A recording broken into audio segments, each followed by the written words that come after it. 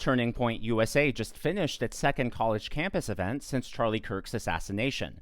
Megyn Kelly was tapped with the honor of standing in Kirk's shoes as the headlining speaker and debater. And all was going well until a student not only blamed President Trump for Charlie Kirk's assassination, but when Megyn Kelly pushed back on it, he couldn't keep his story straight. I think the crowd's reaction says it all.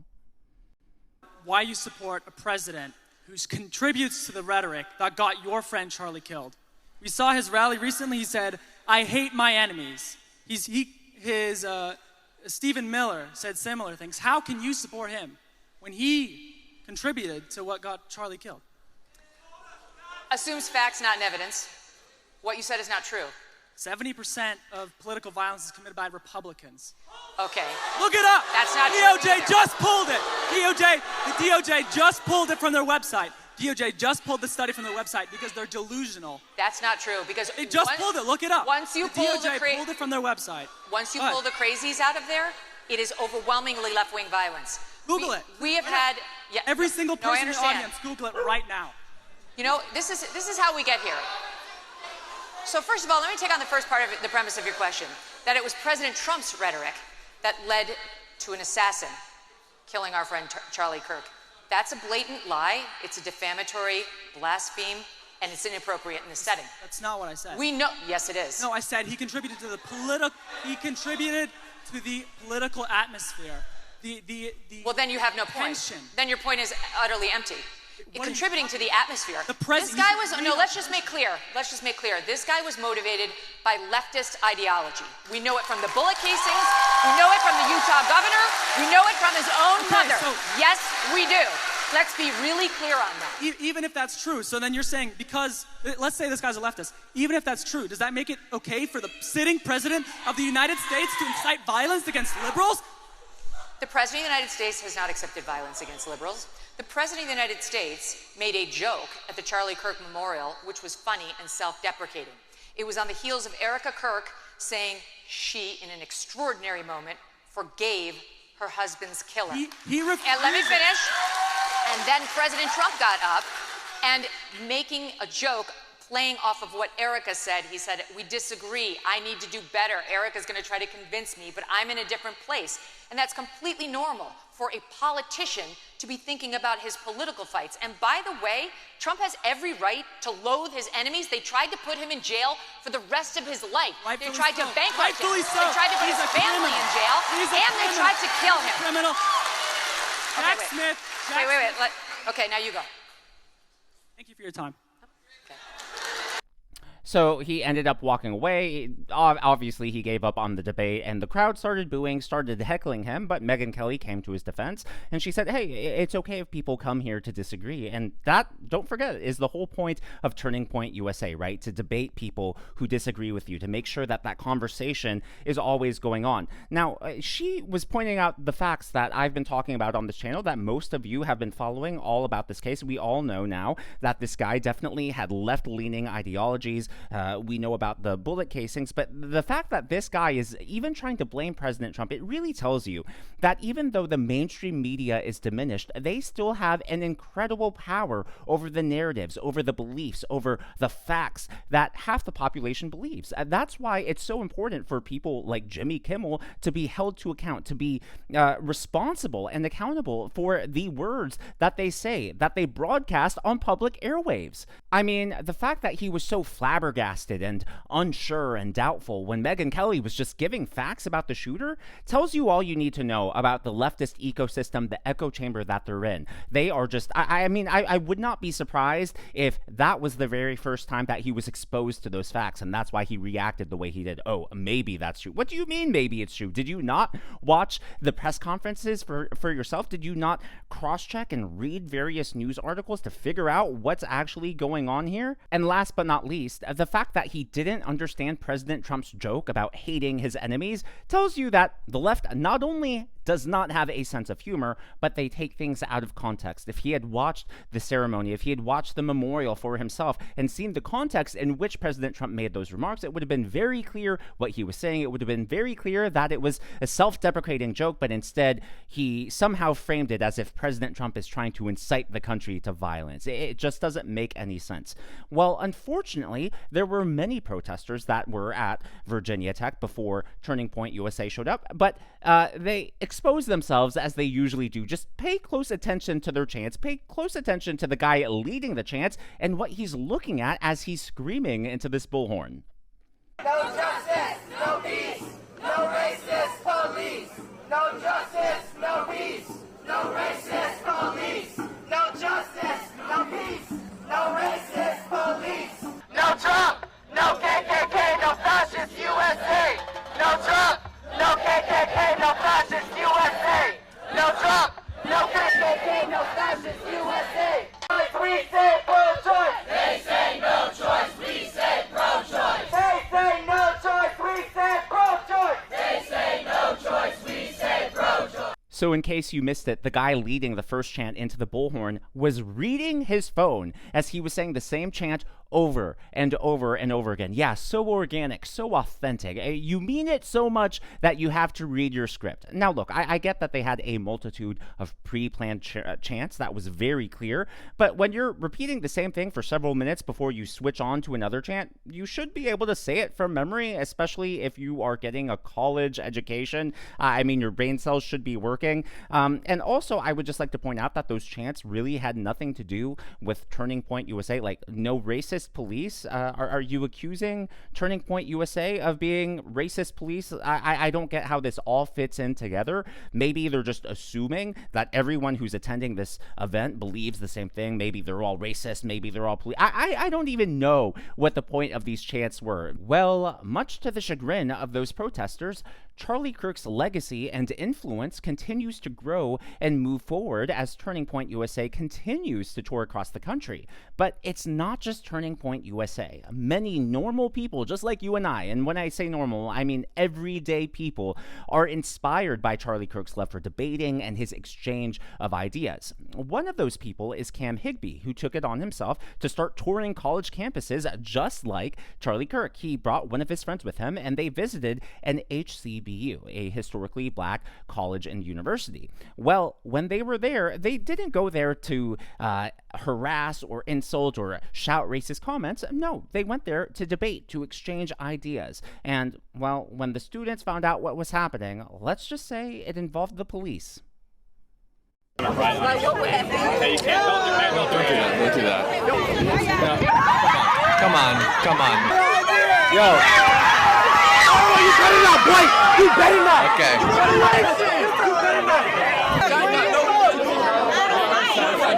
Bring the sign back.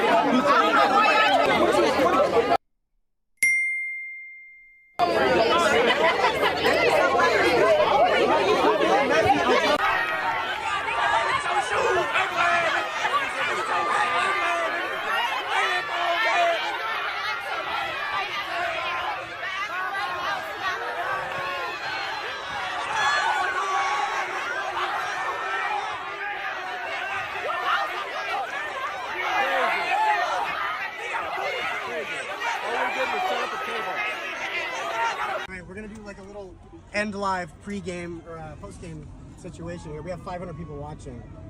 We got 500 right here watching. Look. Whoa. This is insane. What the heck? Oh my gosh. Hey, you're pretty close. Wow. Well, I think the Fearless tour definitely made an impact. Yeah, on Yeah. Oh, whoa. Did somebody just throw something in our car? Arrest.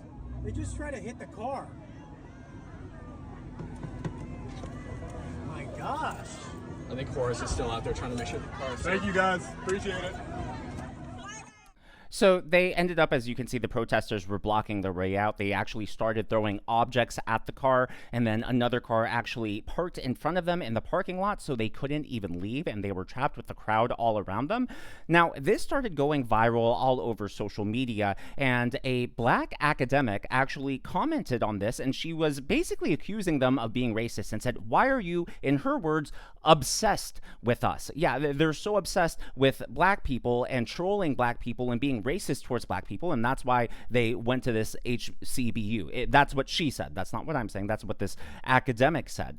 Well, I would just like to point out, and I'm going to leave a link down below in case you want to watch Cam Higby's videos. They've been doing this for hundreds of videos, and not just at black colleges, but they've gone to state universities all over the country, many of which are, predominantly white. I didn't see any complaints from her when they went to predominantly white universities, but the moment they went to Tennessee State University, oh, it's because they're oh so racist. By the way, TSU is a public university. This also was going viral among the people who were there, and this is a supercut of what the people in attendance put together. Oh, and by the way, in case you missed it, that guy was holding a screwdriver, which to me really looks like a threat of violence.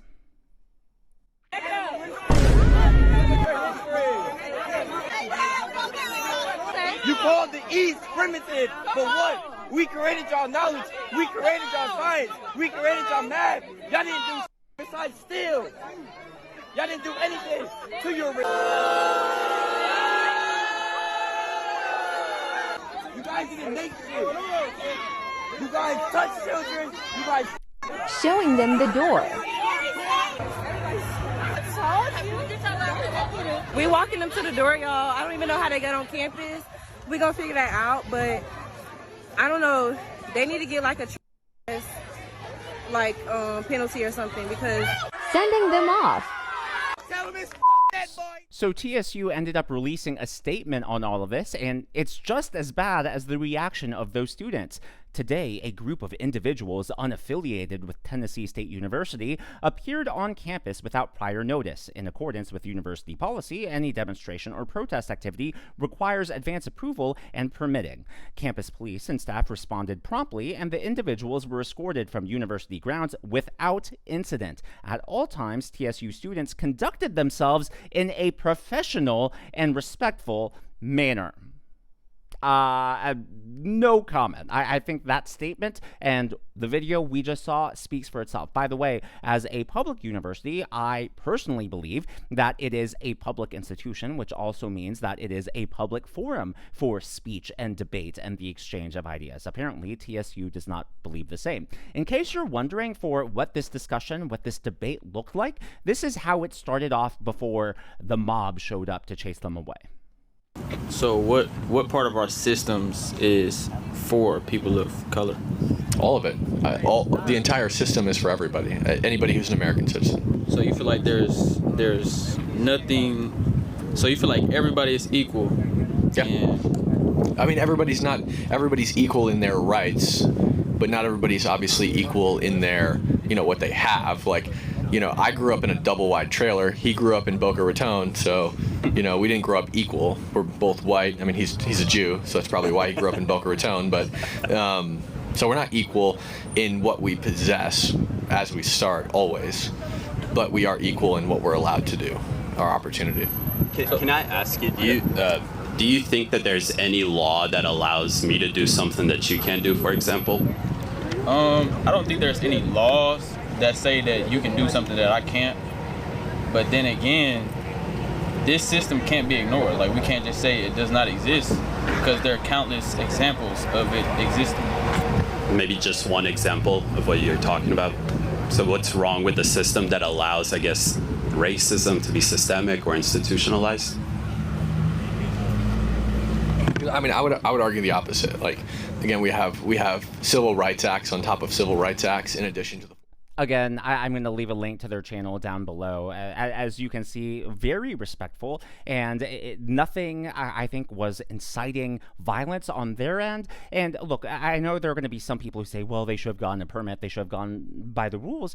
But at every university, every public university they've gone to, it's been the exact same situation. And this is the first time, to my knowledge, that they've actually been physically chased out of the public square. And so I think that speaks for itself. Well, they weren't the only ones greeted by protesters. Kamala Harris is in the middle of her attempted comeback tour. It's her book tour, and let's just say it's not off to a great start. Her book signing event, which featured her speaking on stage in New York City, was disrupted by protesters. But before we take a look at that, I would like to acknowledge Lightning Director and Jeremy 2001 Happy 2 times as the members of today's Governor's Club. These are people who give super thanks and tips to the channel. I'm so glad that you enjoyed the videos, and I'm so glad that you're here. Well, this was just a comical moment. Enjoy. About how and why you are saying what you are saying now and how I felt about it. You're not letting me talk. You know what? I respect your right to speak, but you're not letting me.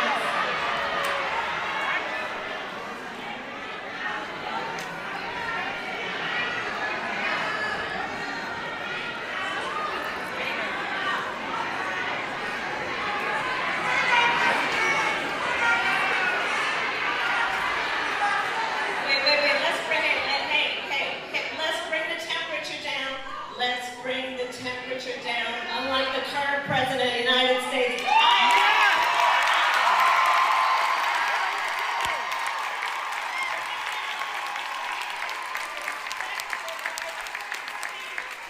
For the record, those were not conservatives, those were not Republicans who were heckling her, those were pro-Palestine, pro-Gaza protesters, which usually, you know, I mean, like 99.999% of the time, are from the far radical left. So I think that speaks for itself. And it's also ironic that she wants to say, let's bring down the temperature, when she has refused to bring down the temperature, when the Democrat Party and the media refuses to bring down the temperature even after Charlie Kirk's assassination. They keep doubling down on their insightful rhetoric. Not insightful, but as if they're inside, you know what I'm saying. And so it's just the height of hypocrisy that she wants to invoke bringing down the temperature when it comes to herself and her own profits and her own book. But when it comes to President Trump, MAGA, and the safety of half the country, couldn't care less. As always, though, all of that is just my analysis and commentary. That is what's going on in the world of politics from my point of view, and I would love to hear from you. So, TSU, a public university, says that the individuals debating setting up that table should have gotten a permit, and then they would have been able to stay. What do you think? As a public university, do you think that that is fair and that all sorts of demonstrations, no matter how small, should have a permit? Or do you think that people should just be able to show up, talk, and converse outside, again, at a public institution? Let me know your thoughts on that down in the comments below. If you haven't already, please be sure to leave me a thumbs up. I know it's a simple thing to ask for, but it really does help me reach more viewers like you in the algorithm. Be sure to smash that subscribe button and to check out one of these videos.